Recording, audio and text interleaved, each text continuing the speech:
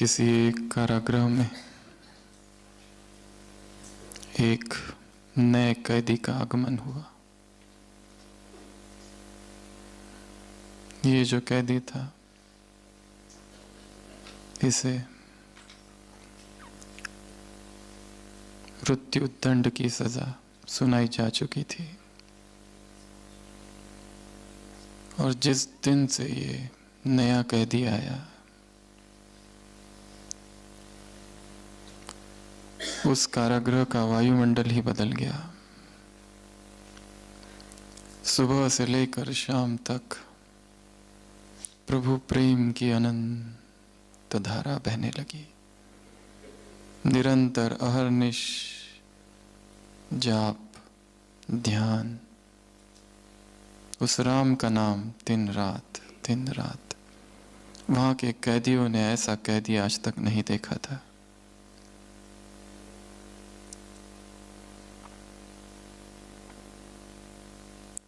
उसने जो चादर ओढ़ रखी थी उसमें भी राम राम राम लिखा था। उसके हाथ में माला थी। दिन रात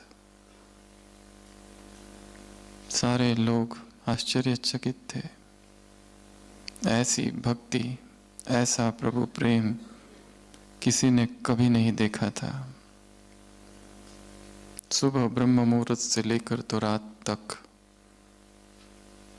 बस एक ही रट, ध्यान मग्न होता या तो राम नाम।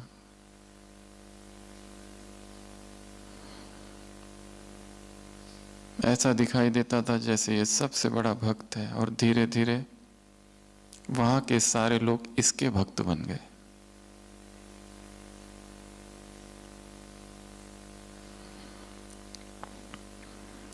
वहां के जो जेलर थे उसे भी आश्चर्यचकित होता था।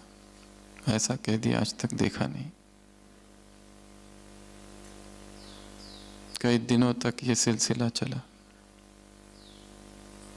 लोग उसे देखते थे, आंखों से अश्रु धाराएं बह रही है। हे प्रभु, हे प्रभु, इतनी अनन्य भक्ति। पर एक दिन ऐसा हुआ कि वो जेलर आए। दोपहर हो गई थी। देखा ये अब तक सोया है। ऐसा तो कभी हुआ ही नहीं। ये तो अमृत वेला उठने वाला व्यक्ति आज क्यों सोया है। उन्हें लगा शायद स्वास्थ्य ठीक नहीं है, पर बाकी कैदियों से पता चला स्वास्थ्य तो ठीक है, कल तक ठीक ही था सब। फिर आज क्या हुआ। उसकी माला भी पड़ी हुई है, उसकी चादर भी पड़ी हुई है और वो सो रहा है। उसे पूछते क्या हुआ। आज प्रभु नाम का जाप नहीं करना है। इतने मास से तुम कर रहे हो, आज नहीं करना है। वो कहते हैं अब क्या फायदा प्रभु नाम के जाप का। अभी जो मिलना था वो तो मिल गया। कल ही ऑर्डर आया है। जो फांसी की सजा थी वो 6 मास के कारावास में परिवर्तित हो चुकी है। अब वो सब करने का क्या फायदा। जो मिलना था वो तो मिल गया। उसी के लिए तो किया जा रहा था सब कुछ। अभी उसकी आवश्यकता नहीं है।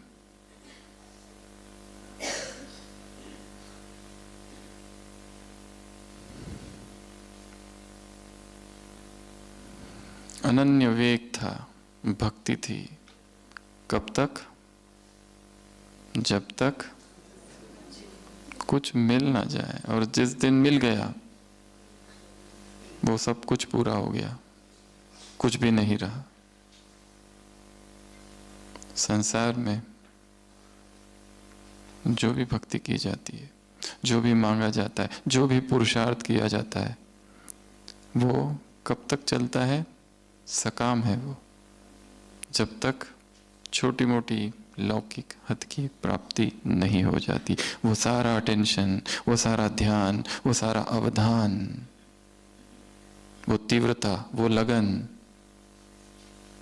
वो सब कुछ खत्म हो गई। किस दिन खत्म हो गई? जिस दिन ये पता चल गया कि अब जो चाहिए था वो मिल गया। यही तो चाहिए था, मरना कोई भी नहीं चाहता।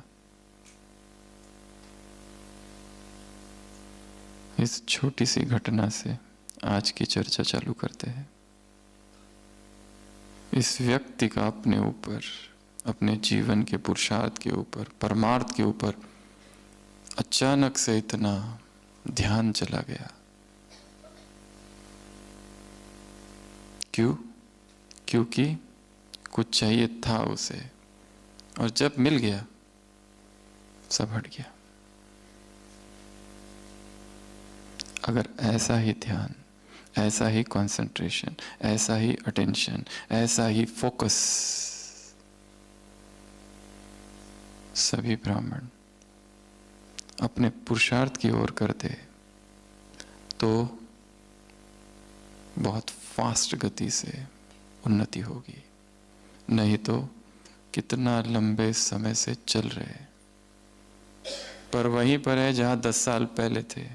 इस बीच न मालूम कितनी मुरलियां पढ़ ली, कितनी भट्टियां भी कर ली, पर वो एक विकार, वो एक संस्कार, वो एक एडिक्शन, वो एक कमजोरी, वो एक कमी वहीं की वहीं है, अस्पर्शित।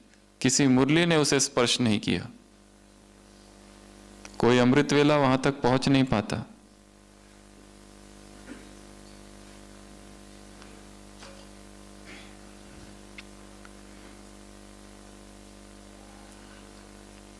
हमारे जीवन में 2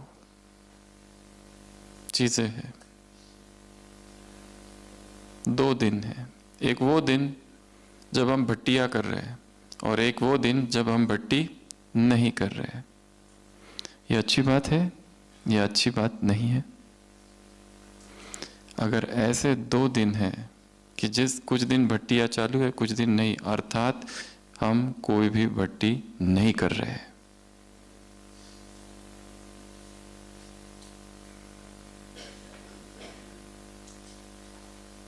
भट्टी अर्थात निरंतर चालू रहे, सतत चालू रहे। कहीं जाकर करना, यह इसी बात को इंगित करता है कि शायद जीवन में चालू नहीं है। और आप सभी यहां आए हैं, यह है सार्वजनिक भट्टी। अगर इस भट्टी का रूपांतरण व्यक्तिगत भट्टी में नहीं हुआ तो यहां आना, 4 दिन यहां रहना, केवल और केवल मनोरंजन, बस। यहां से वापस कब जा रहे? कल। पहुंचेंगे कब? परसों? उसी दिन? परसों। तो आज है तारीख 2, 3, 4। रियल भट्टी चालू होगी 5 तारीख से, और वो भट्टी होगी हर एक की व्यक्तिगत। ये है सार्वजनिक। यहां हम कुछ नहीं कर रहे, यहां अपने आप हो रहा है। यहां आकर अशरीरीपन का अनुभव हो रहा है, यहां आकर शांति का अनुभव हो रहा है। पर यह ना समझ लेना ये तुम्हारी शांति है, ये मधुबन की शांति है, ये मधुबन का अशरीरीपन है। यहां से जाते ही ये चला जाएगा। फिर वो दिनचर्या चालू होगी जो हमारी वहां की है। और किसी भी परिवर्तन के लिए कहा जाता है 3 हफ्ता, 21 डेज जरूरी है। इसलिए हर एक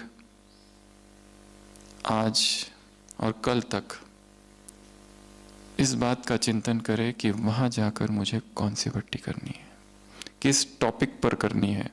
भट्टी चालू होगी आपकी 5 तारीख से। कितना दिन? 21 डेज। और इस भट्टी को गुप्त रखना है, व्यक्तिगत रखना है, किसी से भी इसकी चर्चा नहीं करनी है। और व्यक्ति किस पर होगी? जिसका अमृत वेला नहीं हो रहा है कितने सालों से, समय से, उसका टॉपिक होगा अमृत वेला। 21 दिन में उस एक संस्कार को इतना पक्का कर देना है, दिन रात केवल अमृत वेले के विषय में ही पढ़ो। जिनका चिंतन नहीं होता है वो केवल चिंतन पर फोकस करेंगे। जिनका कोई एक ऐसा संस्कार है रोने का, दुखी होने का, नाराज होने का, बार बार पर रूठना, रूसना, उस एक पर्टिकुलर संस्कार पर काम करेंगे। जिसका ऐसा स्वभाव है कि हमेशा कंफ्यूजन है, ये करूं या वो करूं, उस कंफ्यूजिंग संस्कार पर काम करेंगे, बाकी सब चीजें छोड़कर। हाँ, सेवा केंद्र पर रहते हैं, घर पर रहते हैं, जॉब करते हैं, वो सब चालू रहेगा, पर ये भट्टी आंतरिक चालू रहेगी। टॉपिक क्या होगा इसका? कल सुबह अमृत वेला, वो तुमको दिया जाएगा ऊपर से। केवल उस समर्पण भाव से कल सुबह अमृत वेला बैठ जाना। और एक बात, अभी तो यहां सब आ गए हैं, हो सकता है this is the last visit. कोई भरोसा है समय का? ऐसा संगठन शायद फिर कभी ना मिले। ये अंतिम दिन है और ये अंतिम रात होगी। भट्टी अर्थात मौन, चुप। जिन्होंने मौन नहीं किया होगा वो अभी से चालू करेंगे। किस भट्टी के लिए? वो जो भट्टी वहां जाके चालू करनी है, उसकी तैयारी।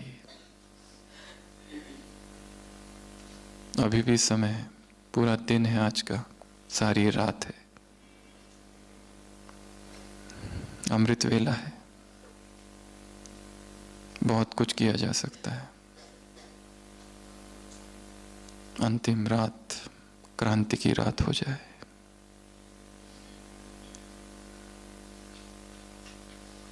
यहां बैठे बैठे खाली क्लासेस नहीं सुननी है, अपने अब तक के सारे जीवन को देखना है। जो कुछ हुआ बचपन से लेकर अब तक, ब्रह्मचर्य कैसा रहा, योग कैसा रहा, अमृत वेला कैसा रहा, अमृत वेले की यात्रा, ब्रह्मचर्य की यात्रा, समर्पित जीवन की यात्रा, संबंधों की यात्रा, स्वास्थ्य की यात्रा, शरीर की यात्रा कैसी रही, विकारों की यात्रा, वासनाओं की यात्रा।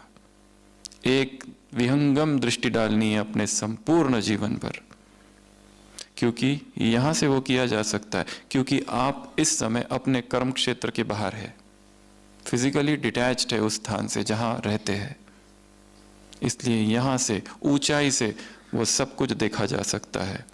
क्या चल रहा है उधर, अमृत वेला कैसा हो रहा है, योग कैसा हो रहा है, मुरली सुनाना क्या हो रहा है, भोजन की यात्रा कैसी है, सारी यात्राओं को देखना है।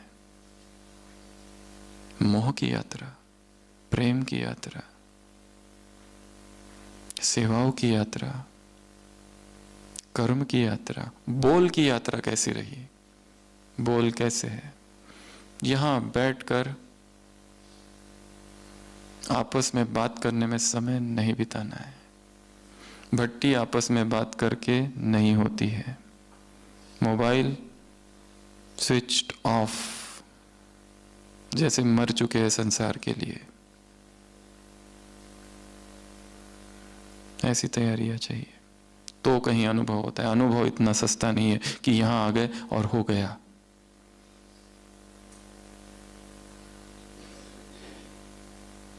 भगवान वाच, अटेंशन प्लीज। इसमें हम 7 बातों की चर्चा करेंगे। ये 7 बातें, अगर कोई हमसे ये पूछे कि ब्राह्मण जीवन में सबसे ज्यादा महत्वपूर्ण क्या है, फर्स्ट प्रायोरिटी क्या है, उस अनुसार ये 7 बातें हैं। द हाईएस्ट, जिसको सबसे ज्यादा प्रायोरिटी दी जाए वो कौन सी, सेकंड प्रायोरिटी दी जाए वो कौन सी, third priority, fourth, fifth, sixth और 7th। सारा कुछ हमने रख दिया ब्राह्मण जीवन का, उसमें से सबसे ज्यादा इंपॉर्टेंट कौन सा है? अगर कोई ये पूछे तो हम क्या कहेंगे? इस तरह की ये चर्चा होगी। तो सबसे पहली बात जिस पर अटेंशन अर्थात, अटेंशन शब्द का क्या अर्थ है? अटेंशन अर्थात क्या? ध्यान दो। अटेंशन अर्थात फोकस, अटेंशन अर्थात कंसंट्रेशन, अटेंशन अर्थात अलर्ट, जागरण, वेकफुलनेस। अटेंशन अर्थात सावधान, अटेंशन अर्थात क्या कहेंगे? अटेंटिव हो जाओ, पूरा होश में।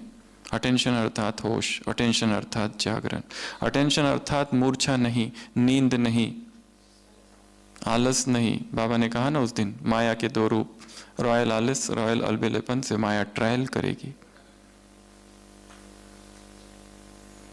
अगर हम अपने संपूर्ण ब्राह्मण जीवन को देखें और कहा जाए कि सबसे मुख्य चीज कौन सी है, कौन है जो सबसे आगे है इस परिवार में, इस यज्ञ में, तो सबसे पहली बात है स्थिति।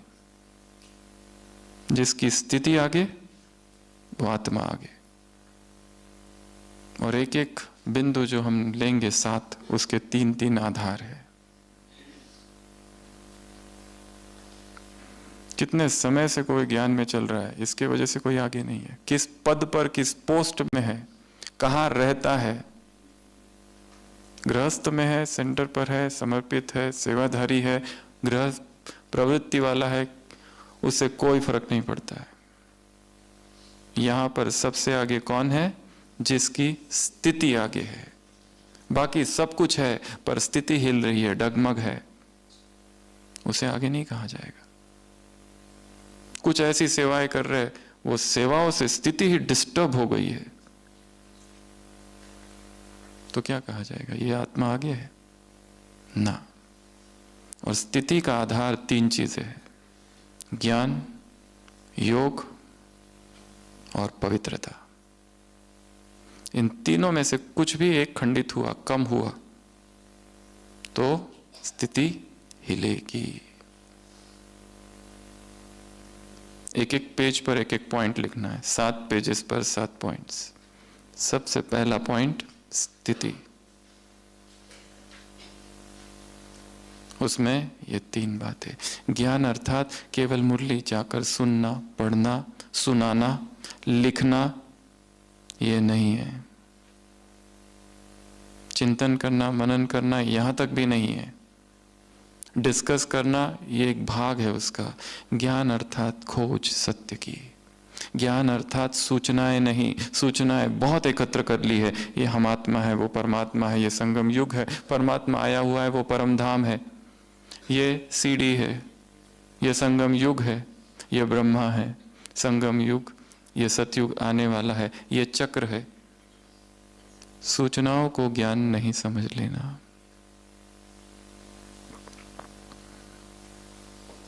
ज्ञान तो अनुभूति है। यहां आए, ढेर सारी क्लासेस, ढेर सारे लेक्चर्स सुने, नोट्स निकाले, सब खो जाएगा। बचेगा क्या? अनुभव, 1 सेकंड का अनुभव। इसलिए कभी कभी केवल बैठ जाओ, सारी डायरी, पेन, पेंसिल बाजू में। यहां बैठे हुए भी बहुत ज्यादा कुछ नहीं लिखना, क्योंकि जो हम बताने वाले हैं बहुत सारी चीजें आप पहले ही जानते हैं, शब्द दूसरे होंगे बस। यहां बैठे बैठे ही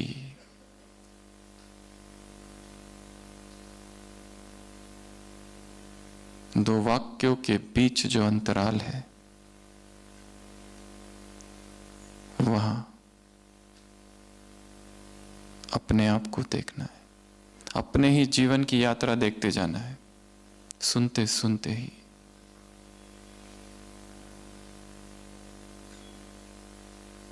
शब्द मिल जाएंगे, क्लासेस मिल जाएंगे, ऑडियोज मिल जाएगा, लेक्चर्स मिल जाएगा, सब कुछ मिल जाएगा, डायरिया मिल जाएगी, परंतु अनुभव वहां जाकर नहीं मिलेगा जहां आप अभी बैठे हैं। ये हॉल, न मालूम कितनी बार भगवान स्वयं इस हॉल में आया है। आकाशिक रिकॉर्ड्स, साइंस कहता है कि ध्वनि कभी भी नष्ट नहीं होती है। जो 10 साल पहले, 20 साल, 100, 200 साल पहले जिसने जो कहा है, वो आकाश में रिकॉर्ड्स की तरह रहता है। यहाँ भगवान की वाणी रिकॉर्ड्स के रूप में है। जितनी सूक्ष्म चेतना होती जाएगी, सूक्ष्म सूक्ष्म को पकड़ेगा। इसलिए कुछ लिखो नहीं, बस सुनो, और सुनो भी नहीं, भीतर यात्रा करो अपने अंदर। मैं कहाँ हूं, मैं क्या कर रहा हूं। शायद मधुबन में फिर ना आने को मिले, क्या भरोसा। शायद अपने ही शरीर का भरोसा नहीं, समय का भरोसा नहीं। किसी ने सोचा था कोविड से पहले ऐसा होगा वैसा होगा, क्या क्या प्लानिंग्स बनाई थी लोगों ने, कहाँ गई सब, खत्म। वो तो रिहर्सल थी, रियल अभी होगा। ये वातावरण, ये वायुमंडल फिर ना मिलेगा। इसलिए बाहर की सारी यात्राएं बंद, मौन, चुप, और भीतर एक संसार इधर है अंदर। इसकी खोज करनी है। हम अपने आप को ही नहीं जानते। एक एक व्यक्ति के अंदर पता नहीं कितने कितने व्यक्ति है। पॉलीसाइकिक है मनुष्य, बहुचित्तवान। घर में हमारा दूसरा रूप है, मधुबन में आते हैं तो एकदम योगी जैसा रूप हो जाता है, वहां जाते हैं तो वहां कोई और रूप हो जाता है।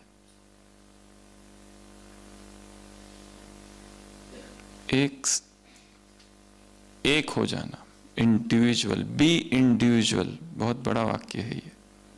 हम इंडिविजुअल नहीं है, हम में कितने कितने लोग भरे हैं, कितनी कितनी मान्यताएं हैं, दूसरों के विचार है, इसलिए हम भटक गए। मधुबन में आने का एक लक्ष्य है उस कालखंड में प्रवेश जहां ब्रह्मा यहां था, दादिया यहां थी। अपनी फ्रीक्वेंसी को इतना सूक्ष्म कर देना कि हम उनके साथ मैच कर सके, और वही अनुभव यहां हमें हो जाए। वो 1 सेकंड का अनुभव काफी है परिवर्तन के लिए, 1 सेकंड का अनुभव। और ये सारा जो कार्यक्रम है, ये सारी जो प्रोसेस है, उस सेकंड के अनुभव के लिए है। बस वो अनुभव हो जाए, और वो अनुभव प्रयत्न से नहीं होगा, बस समर्पण से होगा। वो दिया जाएगा ऊपर से, हम तैयार रहे। इसलिए कहा किस टॉपिक पर भट्टी करनी है हर एक को, वो कल सुबह अमृत वेले दिया जाएगा। समय सुबह 2 से 5 के बीच।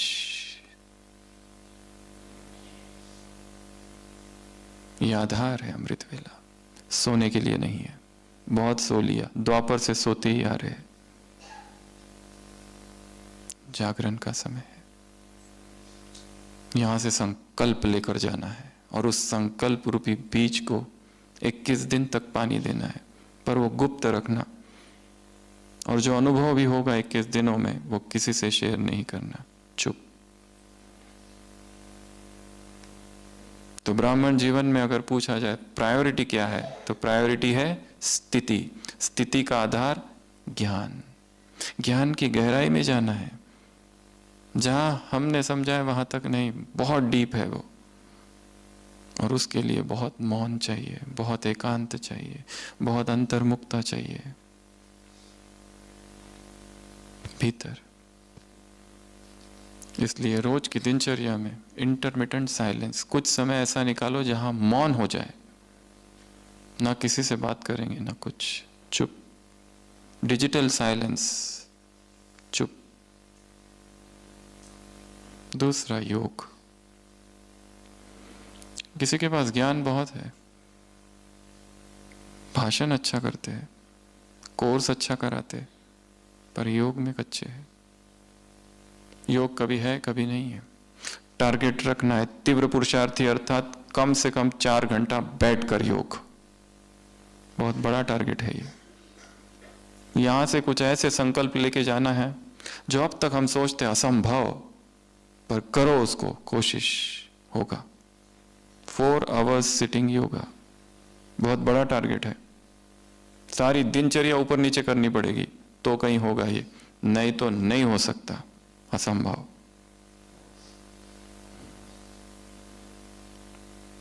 रोज साइलेंस कुछ समय, 4 आवर्स 3 आवर्स, 2 आवर्स, जितना हो सके उतना साइलेंस।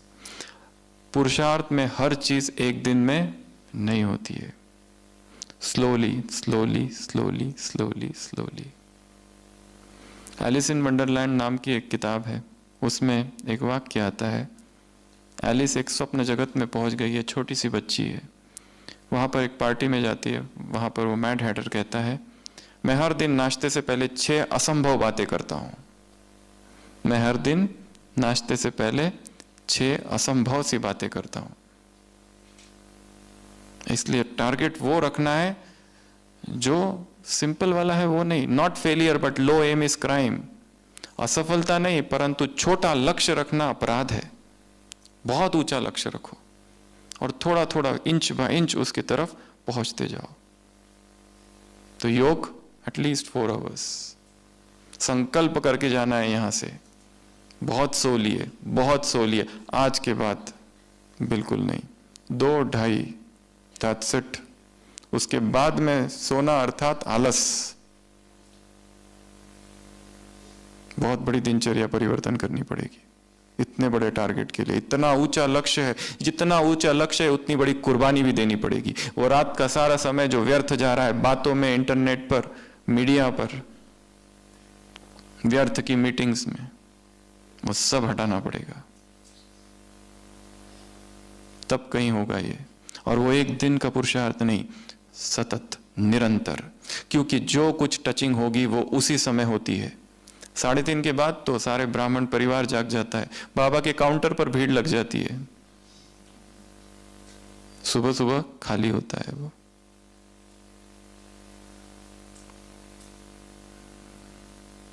तीसरा, प्यूरिटी। जिसकी प्यूरिटी सब कुछ करने के बाद भी खंडित होती है, जिसका ब्रह्मचर्य अभी भी चरमरा रहा है, वो अभी इस भट्टी से संकल्प करके जाएंगे और यहां से जाने के बाद 21 डेज अनइंटरप्टेड निष्कंटक ब्रह्मचर्य धारण करेंगे। कोई भी संकल्प, कोई भी विचार, कोई भी वासना, कोई भी अर्ज, कोई भी टेम्पटेशन, कोई भी फैंटेसी, कोई भी कल्पना, कोई भी संबंध, कोई भी वार्तालाप, कोई भी दृश्य, कोई भी वृत्ति में कहीं पर भी काम का जरा भी 1% भी सेंसेशन ना हो। अनटच्ड ऐसा ब्रह्मचर्य। अपनी अलग से ब्रह्मचर्य की भट्टी करनी है और इस 21 दिन में दूसरा कुछ पढ़ना ही नहीं है, दिन रात एक ही टॉपिक पढ़ना है, ब्रह्मचर्य ब्रह्मचर्य ब्रह्मचर्य, purity purity purity, nothing else.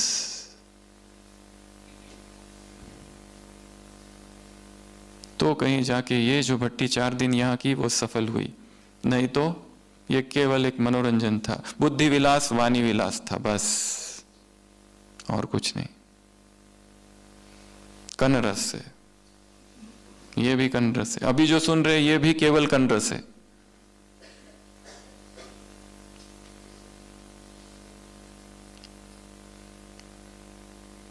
इसके लिए ये बहुत अच्छा है, वो बहुत अच्छा है, ये क्लास वो क्लास, ये सब भी माया ही है। भाई जी आपका क्लास बहुत अच्छा था, गेट लॉस्ट। किया क्या? फॉरवर्ड, और कुछ नहीं किया उसका, तो क्या मतलब है उसका?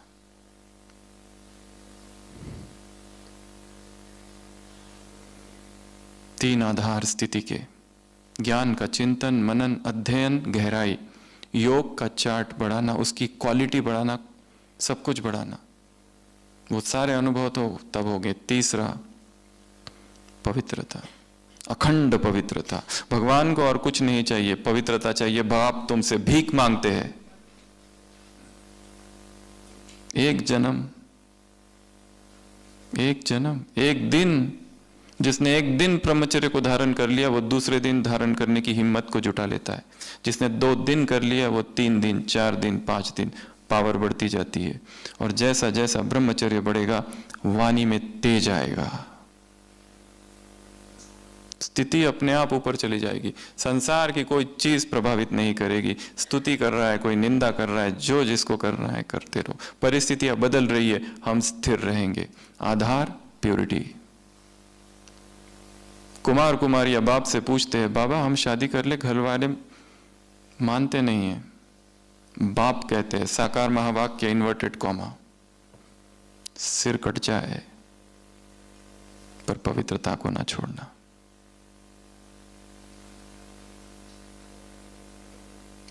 दूसरी सर्वश्रेष्ठ चीज, दूसरी प्रायोरिटी, आत्मा की 3 शक्तियां, भटकता चंचल मन, भटकती बुद्धि और पुराने संस्कार। ये प्रायोरिटी है हमारी। इन पर सबसे ज्यादा काम करना है। मन अभी भी चंचल है, उस चंचल मन को वश में करने के लिए क्या किया हमने? कुछ किया?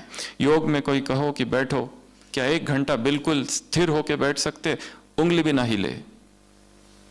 कभी इधर कभी इधर, कभी पैर, कभी कुछ, कभी खुजली, कभी कौन आया कौन जा रहा है, सारा ध्यान है। ये कैसी योग की स्थिति है? योगी अर्थात स्थिर। सबसे पहला काम पोस्चर पर करो, बैठने पर।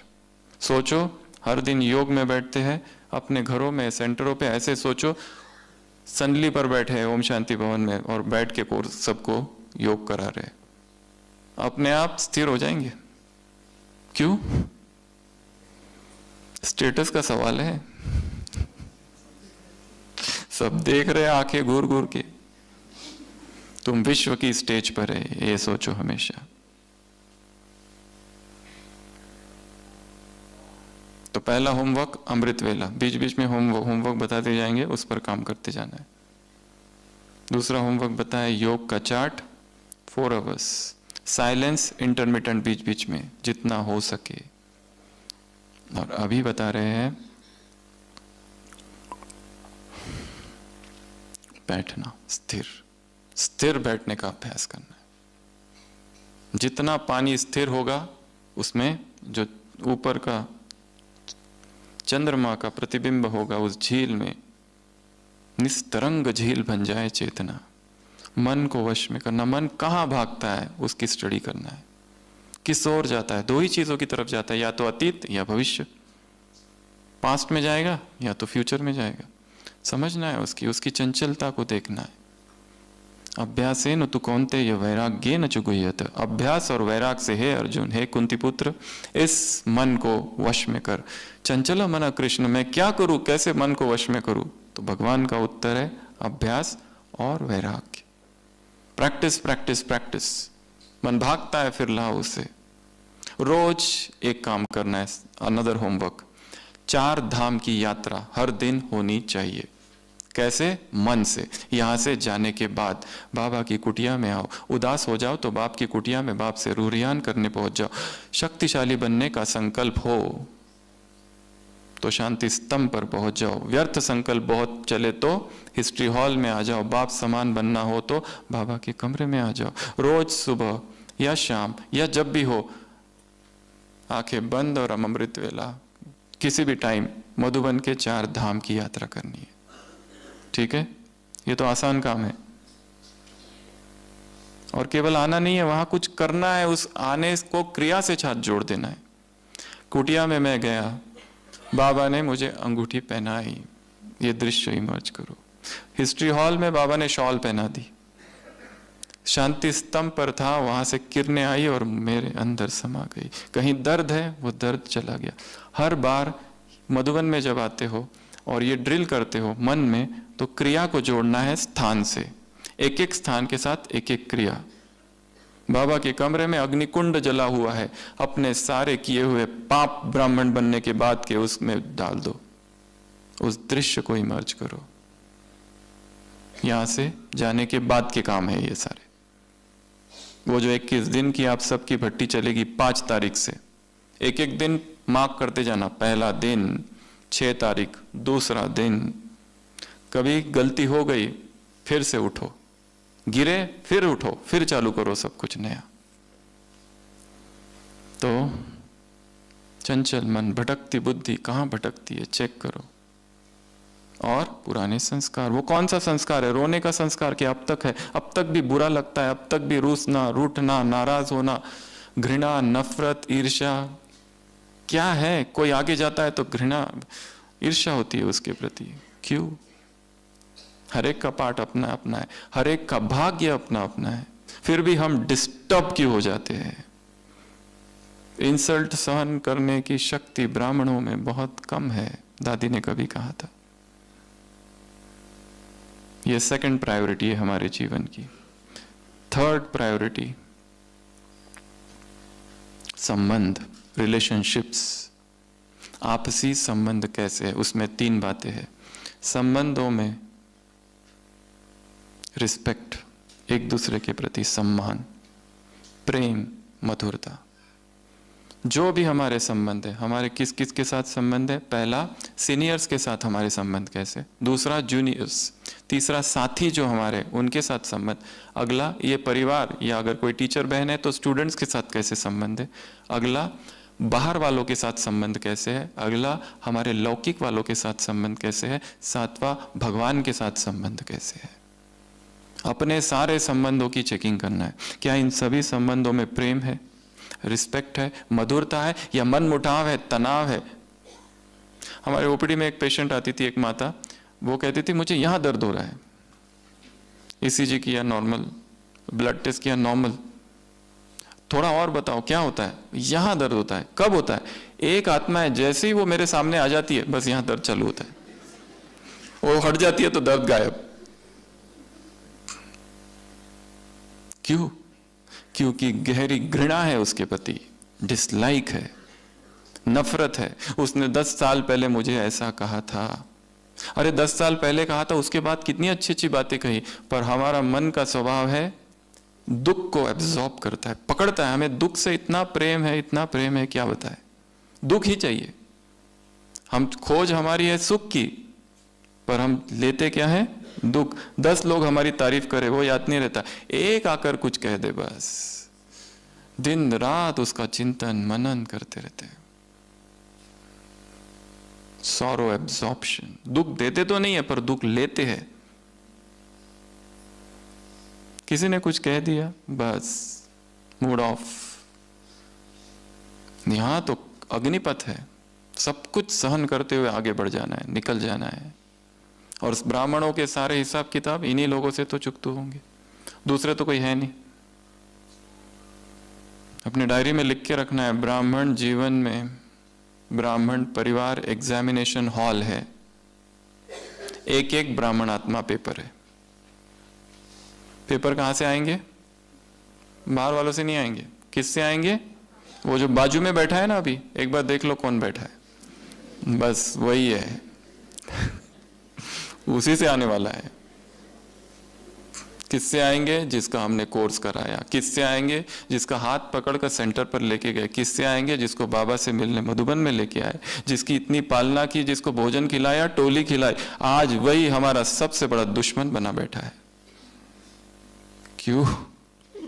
और हम शौक में है, दुखी है, क्योंकि उसी से हमारे हिसाब है। तुमने जो किया वो तुम्हारे साथ होगा। तुमने किसी की 1 गुना निंदा की, तुम्हारी 10 गुना, 2 गुना, 100 गुना होगी।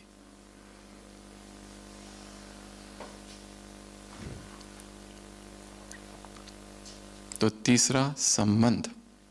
संबंधों पर भट्टी करनी है कि मेरे संबंध ऐसे कटु क्यों है, क्यों तनाव है। अपने बॉस के साथ क्यों रोज झगड़ा होता है, घर में पत्नी के साथ, पति के साथ, बच्चों के साथ। क्या करे जो इन संबंधों को ठीक किया जाए। अंग्रेजी में शब्द है साइकोलॉजिकल डिस्टेंसिंग। थोड़ा दूर हट जाओ, बहुत ज्यादा चले गए पास, इसलिए झगड़े हो रहे। डिटैच्ड। हर एक को स्पेस चाहिए टू ब्रीथ, सांस लेने के लिए। हम स्पेस देते ही नहीं है। ये करो, वो करो, ऐसा करो, वैसा करो। वो चाहे छोटा बच्चा हो, उसको भी जगह चाहिए। डिटैच्ड। करने दो उसको, थोड़ी देर छोड़ दो, सबको छोड़ दो। ये तीसरी प्रायोरिटी क्या है? संबंध। संबंधों को, संबंध टूट गए तो व्यक्ति योग नहीं कर सकता, डिस्टर्ब रहता है। किसी की बद्दुआओं के साथ हम आगे बढ़ नहीं सकते, इसलिए इसमें एक और काम करना है। नेक्स्ट होमवर्क, अमृत वेला, उन आत्माओं को इमर्ज करो जिनको हमने बहुत दुख दिया है, माफी मांगो रोज, और ये रोज ही करना है काम। उन आत्माओं को इमर्ज किया करना है जिन्होंने हमें बहुत दुख दिया, उन्हें माफ कर दो।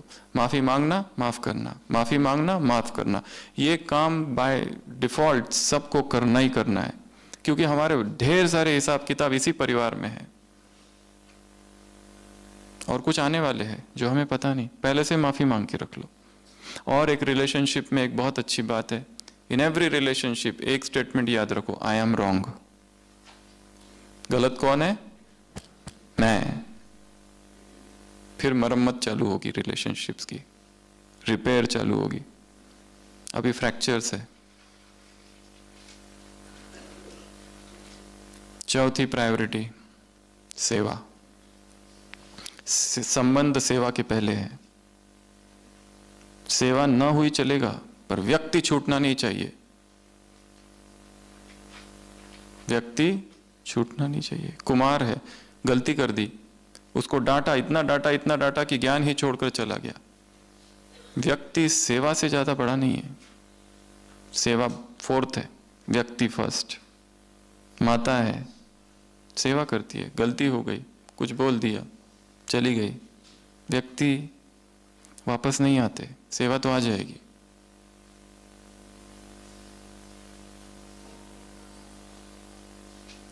किसी सेंटर पर एक बहन जी थे, सभी क्लास के स्टूडेंट्स ने कुछ सेवा दी, वो किसी छोटी बहन को रखने के लिए दिया, उसने वो गुम कर दिए सारे।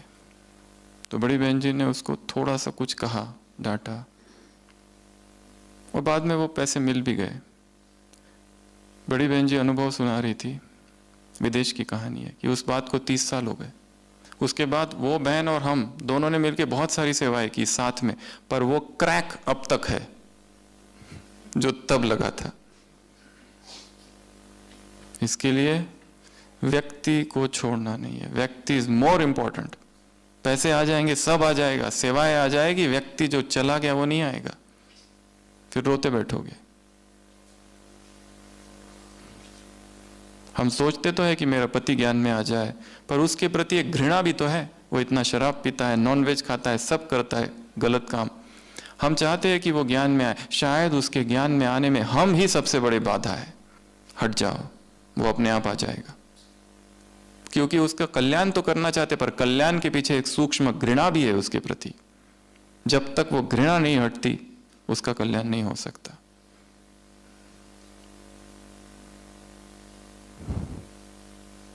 नेक्स्ट प्रायोरिटी, सेवा।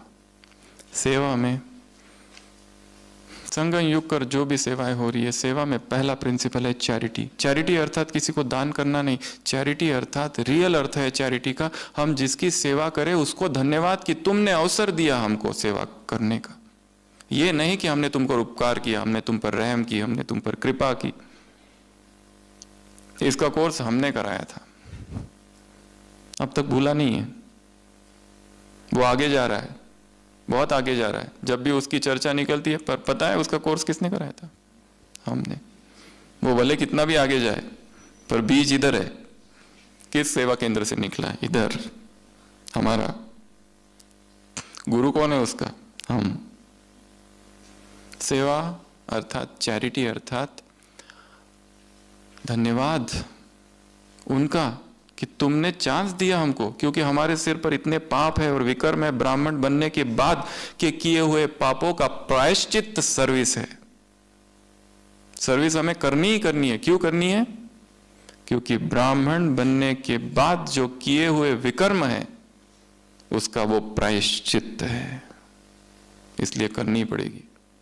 और तुम उसके लिए नहीं कर रहे हो, अपने लिए कर रहे हो। यह है चैरिटी का अर्थ। दूसरा, निमित्त भाव।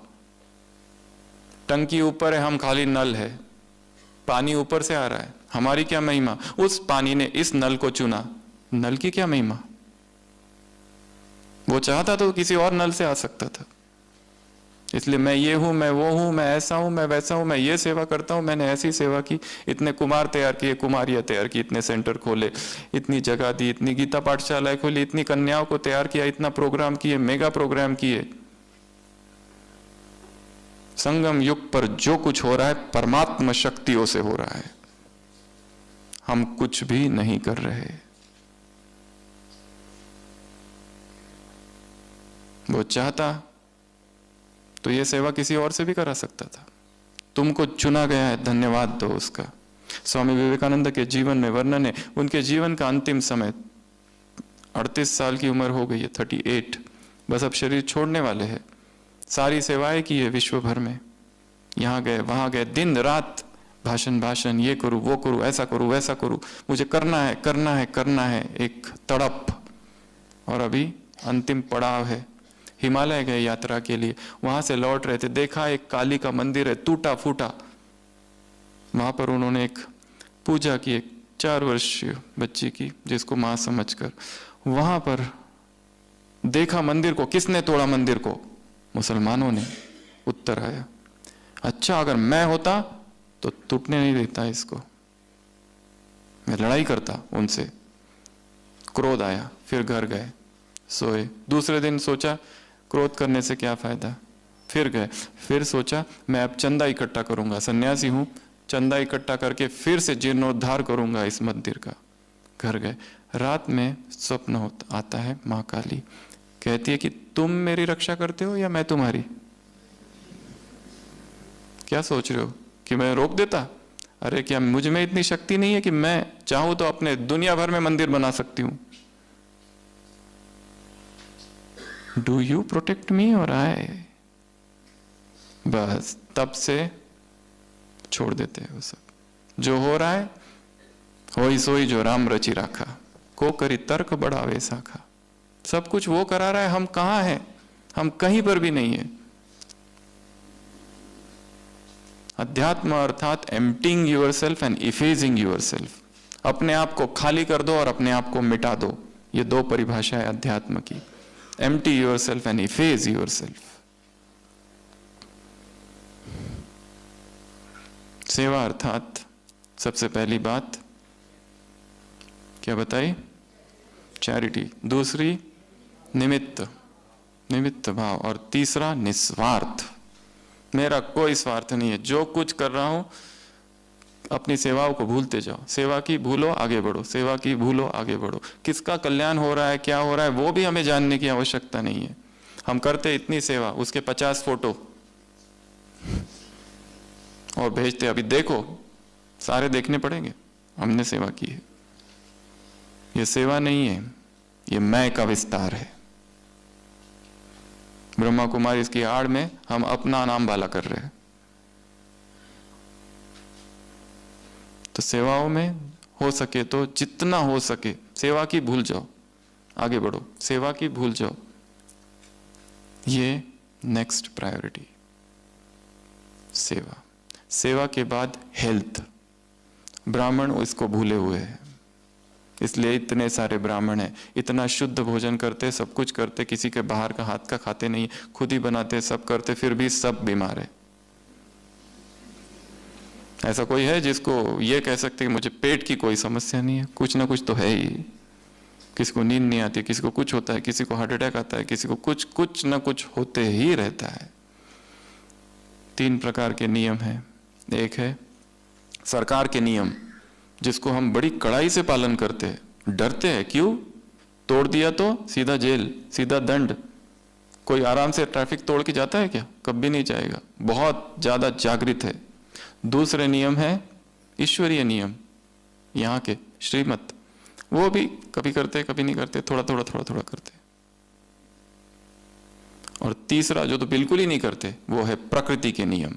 जो जो प्रकृति के नियमों को तोड़ेगा वो बीमार पड़ेगा। और प्रकृति का पहला नियम है वही खाओ जो प्रकृति ने जिस रूप से तुम्हें दिया है। अपक्वाहार, अनकुक्ड, नेचुरल फ्रूट्स, वेजिटेबल, अंकुरित, जूसेस, ये हमारा आहार है। कहाँ तो सतयुग में हम बगीचों के मालिक थे और कहाँ खेती के गुलाम बन गए। जो कुछ हम खा रहे हैं इस समय इस सदी में, अब 50 साल पहले की बात नहीं कर रहे हम, तब बहुत शुद्धता होगी, पर अब नहीं है वो। हमारे भोजन ही हमारे सभी रोगों का कारण है। जब तक आहार में परिवर्तन नहीं, तब तक योग में स्थिति भी ऊंची नहीं उठेगी। जब तक आहार हमें खींचे हुए, बांधे हुए है, बस दिन रात खाऊं खाऊं खाऊं खाऊं चल रहा है। सबसे ज्यादा देहभान में लाने वाला भोजन है। हम कहते हैं भोजन जैसा वैसा मन, वो नहीं, उसके भी आगे। जो भोजन वही मन। वो जैसा है, जितना जिसको जिसमें आग में डाला गया है वो गया। घर हमारा ऐसा हो जिसमें दो चीज हो, आग ना हो और कोई दवाइयां ना हो। Fireless kitchen. इसको समझना पड़ेगा, पढ़ना पड़ेगा, सीखना पड़ेगा। एक दिन में नहीं आएगी। 2500 साल की कुक्ड फूड की आदत है, वो एक दिन में अनकुक्ड में नहीं चले जाएंगे। उसके संगम युग से गुजरना पड़ेगा, डाइट का संगम युग। वो धीरे धीरे होगा। ऐसा शरीर जो कभी बीमार ना पड़े, ऐसा शरीर जिसे किसी दवाई की आवश्यकता नहीं, ऐसा शरीर जिसमें फुर्ती हो, ऐसा शरीर जो कभी थकान ना हो, ऐसा शरीर जिसमें कभी बुढ़ापे के कोई लक्षण ना हो, ऐसा शरीर जिसमें प्रकृति के वातावरण का, चेंजेस ऑफ टेम्परेचर का कोई असर ना हो, ऐसा शरीर जो निरंतर स्वस्थ रहे, उमंग उत्साह से भरा रहे, शक्तिशाली लचीला हो। इस शरीर को हमें यहां प्राप्त करना है, और वो केवल एक ही मार्ग है, अनकुक्ड, नेचुरल, अपक्व आहार।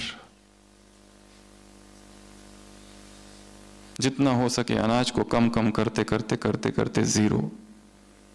जितना शरीर में अनाज जाएगा, देहभान, वो हमारा आहार नहीं है, पक्षियों का आहार है। दूसरा, हेल्थ में फास्टिंग, उपवास, न खाना न पीना, निर्जला। छोटे छोटे अभ्यास चालू करना है। जिन्होंने आज तक कभी किया नहीं, वो 2 घंटे से 4 घंटा, 6 घंटा, धीरे धीरे बढ़ाते जाना। जैसे जैसे ग्रिप आती जाएगी, हर दिन 12 घंटा तो मिनिमम होना ही चाहिए। रात को एक बार खा लिया, अभी 12 घंटे कुछ नहीं, अगले दिन में 12 घंटे पर ग्रिप आ गई तो 14 घंटे, 14 घंटे पर ग्रिप आ गई तो 16, 18, उसको बढ़ाते जाना है। सभी बीमारियों का एक ही इलाज है, उपवास, न खाना न पीना। लंघनम परम औषधम। इससे बड़ा और कोई भी इलाज संसार में नहीं है। जैसे जैसे इस मार्ग पे चलेंगे, सारी दवाइयां छूट जाएगी और सारी बीमारियां छूट जाएगी। Drug industry and food industry, bye bye. कोई भी केमिकल्स, कोई भी टॉक्सिन शरीर में ना हो, कुछ भी खाने की जरूरत ही ना पड़े। शरीर में नेचुरल फुर्ती, अपने आप नींद आती है। जैसे जैसे भोजन को कम कम करते जाएंगे, भूखा रहने की आदत डालनी है, इस शरीर को त्याग की आदत डालनी है। तीसरा, नो टू एनिमल प्रोडक्ट्स। कोई भी जानवर से जो कुछ निकल रहा है वो कोई भी न खाना। नॉनवेज तो सबने छोड़ दिया है। नेक्स्ट स्टेप है मिल्क एंड मिल्क प्रोडक्ट्स। दूध और दूध से जो कुछ भी बना हुआ है, चाय, कॉफी, पनीर, बटर, घी, ये सब हमारा आहार नहीं है, रोगकारक है। तो स्वास्थ्य में ये 3 कदम है। इसकी गहराई से बहुत चर्चा की है, आप खुद ढूंढ सकते हैं। अगला, वस्तुएं। नेक्स्ट प्रायोरिटी ब्राह्मण जीवन में है वस्तुएं। वस्तुओं का क्या महत्व? वस्तु अर्थात साधन। सबसे पहला, उनकी संभाल करनी है। क्लास में आए, उधर लाइट चालू है, रूम पर इधर से आए, वो बाथरूम का लाइट चालू है, फैन चालू है। पैदल जा सकते हैं, गाड़ी से जा रहे हैं। वस्तुएं, ये वस्तुएं, ये साधन हमें किस लिए दिए? भगवान ने दिए हुए, ये हम भूल रहे हैं।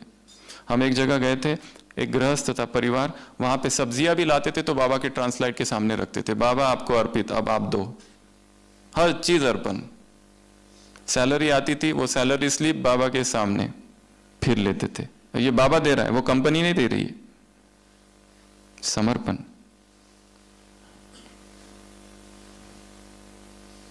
वस्तुओं की सबसे पहली बात संभाल। दूसरा, वेस्टेज नहीं। न पानी का वेस्टेज, न इलेक्ट्रिक का वेस्टेज, न पेट्रोल, न डीजल। हमसे कुछ भी वेस्ट ना हो, कुछ भी चीज वेस्ट ना हो। भोजन इतना सारा ले लेते थाली में, देखा है भोजन के बाद वो जो कितना उसमें डाल देते हैं। अगर जब खाना ही नहीं है तो लिया क्यों? सब ले लो, सब ले लो, पता नहीं बाद में मिलेगा कि नहीं। और खाने के बाद पता चलता है ये हमको पसंद नहीं है। चाय का पूरा भर के लिए आधा पिया रख दिया। बोझ। मधुबन में आए हो, एक एक रोटी का टुकड़ा जो यहां तोड़ा है उसका हिसाब चुकाना पड़ेगा।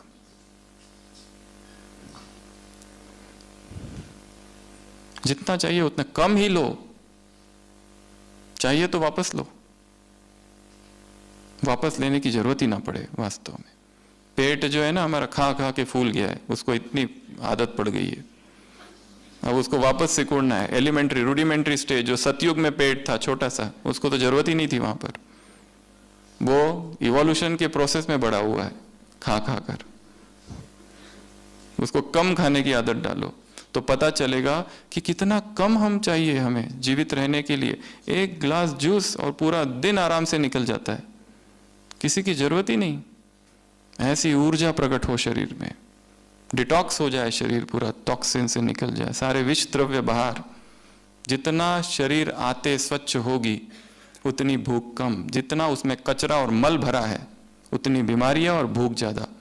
अभी भी नाश्ता किया, अभी भी खाना है, अभी टोली, 3 बार भोजन, 4 बार टोली, और हम हैं महान तपस्वी राजयोगी। ये है हम। वहां जा रहे हैं तो शाम को सैंडविच, फिर भोजन, फिर पोहा, फिर ये, फिर वो। त्याग मूर्त आत्मा हूं, सोमान लिख रहे हैं। नुमा शाम का योग, कब शिव की याद रहेगी तब, क्योंकि कब बजता और कब भागू। सुखधाम तंदूरी, आहा आनंद आ गया। मैदा और मैदे से बनी हुई कोई भी चीज हमारा आहार नहीं है। बेकरी और बेकरी प्रोडक्ट्स हमारा आहार नहीं है। वो जितना खाएंगे उतनी कब्जी और उतनी बीमारियां। Constipation is a universal disorder. Fasting. No to animal products. ये था भोजन का। हम थे वस्तुओं पर। वस्तुओं में या साधनों में सबसे पहली बात संभाल करनी है उसको। जो दिया गया है, ऐसा नहीं कहीं पे भी बैग रख दी और पर्स रख दी और फिर ढूंढते फिर रहे, कोई चिंता ही नहीं है। वस्तुओं की संभाल करनी, एक एक छोटी छोटी चीज हमारे पास है। रुमाल है, ये समझो मुझे बाबा ने यज्ञ का दिया हुआ है, ये वेस्ट नहीं। संभाल, वेस्ट नहीं, और सफल करना है वस्तुओं को। तीसरा, सफल करना है। हमारे घर में कितनी सारी ऐसी चीजें रखी हुई जो हम यूज नहीं करते। कितने जूते हैं, दान करो। कितने सारे कपड़े रखे हुए, कुर्ते रखे हुए, कुमार है इतने सारे, दे दो। कितने स्वेटर रखे हुए पता नहीं, कितने जूते, कितने स्वेटर, कितनी साड़ियां, सब ठूस ठूस के अंदर लॉक में रखा हुआ है, पर हम किसी को देंगे नहीं, बांट दो। एक नेक्स्ट लास्ट पॉइंट, पैसा। सबसे लास्ट प्रायोरिटी रखा है इसको। इसमें भी सबसे पहली बात सच्चाई से कमाना है, ईमानदारी से कमाना है, बाबा की याद में कमाना है। भाइयों के लिए पैसा कमाना अर्थात भगवान की याद में कमाया हुआ पैसा हो। कम मिले तो चलेगा, पर किसी के पेट पर लात नहीं मारनी है। कम मिले तो चलेगा, परंतु 2 नंबर का ना हो। कम मिले तो चलेगा, गरीब ही ठीक है, परंतु वो हमारे पसीनों का हो। मेहनत करनी है। एक दूसरा, फिर से उसमें वही पॉइंट, इकोनॉमी। हम पैसा कहाँ कहाँ वेस्ट करते हैं, आप सबको होमवर्क दे रहे हैं, उसकी लिस्ट बनाना आज। हम पैसा कहाँ कहाँ वेस्ट करते हैं, अननेसेसरी परचेसिंग, क्लिक और आ जाती है चीज, परचेस ही परचेस करते रहते, दिन रात परचेस, जो चीज चाहिए नहीं, जो पहले अभी खोली भी नहीं तो दूसरी मंगा ली। ये भी एक एडिक्शन है ऑनलाइन परचेसिंग का, ऑनलाइन परचेसिंग एडिक्शन हो गया है, मंगाते ही रहते। अननेसेसरी वेस्टेज ऑफ मनी, कहाँ वेस्ट हो रहा है, पेट्रोल कहाँ कहाँ जा रहा है, उसकी लिस्ट बनानी है अपनी। किचन में कहाँ वेस्ट हो रहा है, अननेसेसरी शॉपिंग, वेस्टेज। और तीसरा, यज्ञ सेवा। सबसे अच्छा उपयोग पैसों का कौन सा है, इस यज्ञ में दे देना, अपने लिए रखना, भविष्य के लिए रखना, बचा हुआ यज्ञ में दे दो, सफल होगा यहां पर। तो ऐसी ये 7 बातें हैं, फिर से रिवाइज करते हैं। सबसे पहली प्रायोरिटी जीवन में स्थिति के ऊपर कुछ भी नहीं है, आधार ज्ञान योग पवित्रता। दूसरी प्रायोरिटी आत्मा की 3 शक्तियां, मन क्यों भटकता है, मन क्यों चंचल है, बुद्धि क्यों भटकती है, और पुराने संस्कार अब तक क्यों नहीं गए। तीसरा, संबंधों को ठीक करना है, यहां बैठकर प्लानिंग करनी है, अभी यहां वहां जाके वहां के संबंधों की, यहां मधुबन में अभी 1 दिन है आपके पास, प्लानिंग करनी है, क्या करूं, किसी से माफी मांगना है तो माफी मांगो 6 मास तक, मन ही मन, जब तक वो माफ ना कर दे। माफ कर दिया उसकी निशानी, एकदम हल्कापन आ जाएगा एक दिन। अगर वास्तव में जाके माफी मांगनी है तो वो भी कर दो, हमारी वजह से किसी का भी दिल ना दुखे। अगर दुखाया है शब्दों से, कटु वचनों से, कमेंट से, तो माफी मांगो। डायरेक्ट मांगने में शर्म आती है तो मन में मन रोज मांगते रहो। अगला, सेवा में चैरिटी, तुम्हारा धन्यवाद जो तुमने अवसर दिया। नेक्स्ट, निमित्त। और तीसरा, निस्वार्थ। अगला, हेल्थ में जितना हो सके यात्रा चालू करनी है, एक नई यात्रा। अब तक जो खाया है, अभी भगवान का पकाया हुआ जो है, सूर्य का पकाया हुआ है, जो नेचुरल है, जो प्राकृतिक है, जिसमें प्राण ऊर्जा भरपूर है, ऐसा भोजन जिसमें हमारे शरीर में विकारों की उत्पत्ति ना हो। नहीं तो जो हम खा रहे हैं वो उत्तेजना वाला है, अत्यंत तीखा है, मीठा है, मसाले वाला है, वो विकारों को उत्तेजित करता है अंदर ही अंदर। जितना आहार योगियों जैसा होगा, पवित्र होगा, शुद्ध होगा, सात्विक होगा, अपने आप उत्तेजनाएं शांत हो जाएगी। जो लोग ब्रह्मचर्य के लिए सब कुछ किया है फिर भी नहीं हुआ, go for 3 months raw challenge, अपने आप ब्रह्मचर्य आ जाएगा, अपने आप कुछ भी किए बिना। नेक्स्ट, फास्टिंग का अभ्यास करना है, बढ़ाना है। तीसरा, नो टू एनिमल प्रोडक्ट्स, पराई माँ का दूध हमारे लिए नहीं है। दूध लेना ही है, बादाम का दूध, सोया मिल्क, नारियल का मिल्क, मूंगफली का दूध, ये सब दूध है, काजू का दूध, ये सब प्रयोग किए जा सकते हैं। पर वो उसको हटा दो, वो तब होता होगा 50 साल पहले, पर आज के युग में नहीं। इसकी डिटेल चाहिए तो ढूंढ सकते, बहुत सारा लिटरेचर अवेलेबल है। वो जो पेन और अत्याचार उन जानवरों पर होता है, वो अगर दिखाया जाए तो कोई हाथ भी नहीं लगाएगा उस दूध को। जो आह होती है उस गाय की, उसे जो पीड़ा पहुंचती है, और जो दूध हमारे पास आ रहा है, वो हमारा आहार नहीं है। अगला, वस्तुओं की संभाल करनी है,